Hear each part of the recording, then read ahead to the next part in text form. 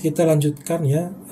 Tadi setelah kita tahu informasi-informasi yang diberikan oleh AI tentang industri ini dan emitennya, sekarang kita perlu cross check datanya gitu ya.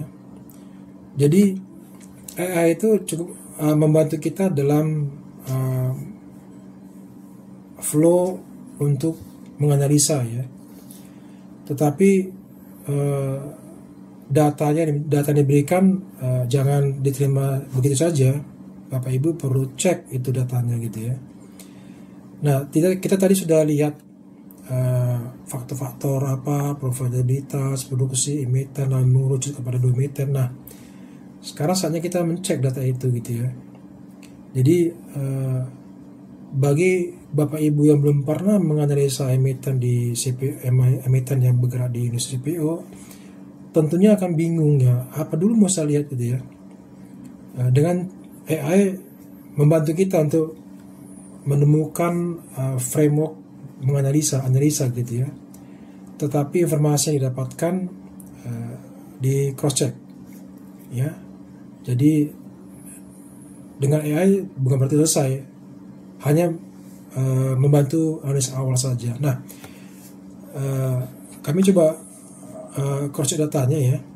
Seperti ini outlook CPO 50 tahun ke depan, dia memang meningkat, tapi saya GR-nya kayaknya nggak sama dengan data tadi. Ini 5%, tadi kan antara 2-4%, 2-4% kalau salah tadi ingat ya. Jadi ada berbeda gitu ya. Datanya ini lebih resmi ya kita dapatkan. Kita cek tadi di info sawit dan data-data lainnya ya. Kita juga data dari informasi terpercaya seperti Reuters kita cek gitu ya. Produksi juga kita cek melalui pengusaha kelapa sawit Indonesia GAPKI, kita cek ya, ternyata ada cukup berbeda gitu ya, ini penurunan ya. Kalau kita cek tadi ada sedikit perbedaan gitu ya. Lalu soal malah di sini ketemu kemana saja konsumsi dalam negeri, disebut di sini tentang biodiesel gitu ya. Dan beberapa informasi lain yang ChatGPT atau AI itu nggak kasih. Jadi tidak hanya Bapak Ibu perlu mencek kebenaran datanya, terkadang dengan Bapak Ibu tahu flow-nya, Bapak Ibu bisa mencek data atau mencek data yang lebih membantu Bapak Ibu menganalisa gitu ya.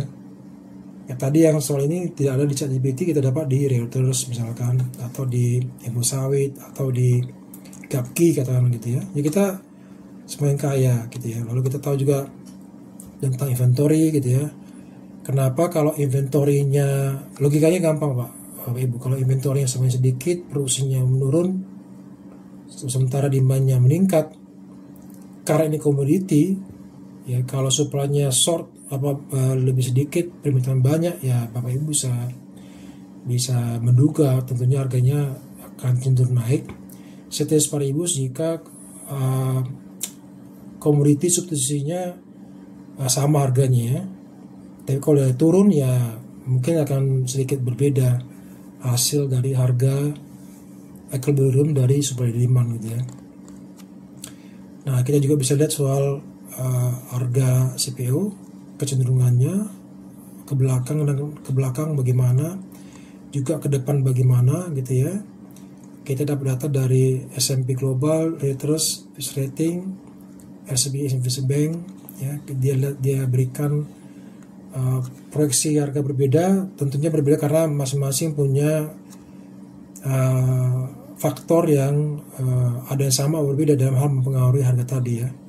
Kalau S&P bicara soal biodiesel demand B40 mandat, kalau RB kenapa beda dengan S&P, karena dia bilang soal biodiesel dengan peak production ya.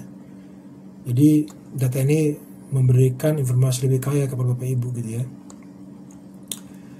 Nah, lalu satu sawit kita di sini juga sama, dia berikan produksi dan labanya berapa dari emiten tadi yang kita lihat ya. Lalu ada perbandingan ya, ini tadi yang kita bahas tentang umur pohon ya. Mana yang ini? Nah, ini menarik ya. Data yang kita terima di sini malah ahli 15-18 tahun gitu ya. Tadi dibilang 20 tahun. Jadi ada berbeda gitu ya.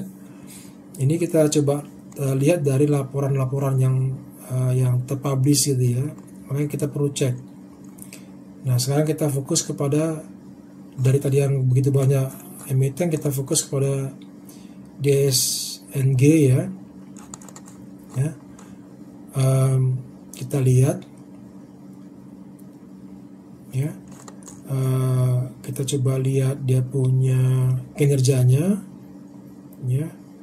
Kenapa kita milih DSNG? Karena ini cukup menarik ya. Tapi perlu ketahui, saya ngomong ini nggak ada ajakan beli ya. Itu kalau Bapak Ibu investor, saya tidak memberikan ajakan beli gitu ya. Itu Bapak Ibu punya keputusan ya. Ini hanya sekedar edukasi saja bagaimana kita menganalisa gitu ya. Kita lihat di sini produksinya menurun ya, negatif. Tetapi karena harga rata-rata yang meningkat ya, revenue adalah price times quantity, harga kali volume ya. Karena produksinya penurunannya lebih kecil daripada peningkatan harga, maka dia punya revenue tetap naik gitu ya, 6,5%. Oke, tadi kita sudah mencoba menggunakan AI untuk menganalisa sebuah industri dan coba tahu lebih banyak tentang emiten. Tapi seperti saya katakan tadi, AI itu hanya membantu kita aja sebagai analisa awal gitu ya, tapi datanya harus dicek gitu ya. Dan tadi kita lihat bahwa ada data yang berbeda dari AI, dan ada juga data tambahan yang kita bisa cari setelah kita lihat hasil dari AI ya. Karena dengan AI kita punya gambar apalagi yang mau saya cari informasinya gitu ya, sehingga analisis kita makin tajam. Nah, kenapa itu penting? Saya pernah baca buku ini ya, The Deals of Warren Buffett gitu ya, ini bukunya. Nah, saya menganjurkan Bapak Ibu untuk rajin membaca gitu ya, membaca laporan keuangan, membaca berita tentang industri, dan juga membaca buku-buku investasi untuk membantu Bapak Ibu untuk punya framework berpikir untuk melakukan analisa gitu ya. Nah, saya coba lihat sedikit bagi apa yang ditulis buku ini ya. Tentunya Bapak Ibu silakan baca sendiri gitu ya. Ini tentang Warren Buffett ya. Dibilang di sini untuk melakukan investasi Bapak Ibu perlu memahami 3 hal gitu ya. Pertama, perlu melakukan analisa, perlu memperhatikan margin of safety, dan perlu memperhatikan return dari emiten di mana Bapak Ibu melakukan investasi. Yang baru kita lakukan tadi adalah melakukan analisa gitu ya. Dan buku ini dijelaskan beberapa pertanyaan untuk analisa. Saya tadi hanya membagikan beberapa pertanyaan yang perlu kita cari tahu gitu ya. Dan saya pikir dengan Bapak Ibu semakin rajin membaca, Bapak Ibu akan semakin tahu mau cari informasi apa, sehingga analisa Bapak Ibu akan semakin tajam gitu ya. Kalau saya mengutip kalimat dari Peter Lynch ya, ketahuilah apa yang Anda beli dan belilah apa yang Anda ketahui gitu ya.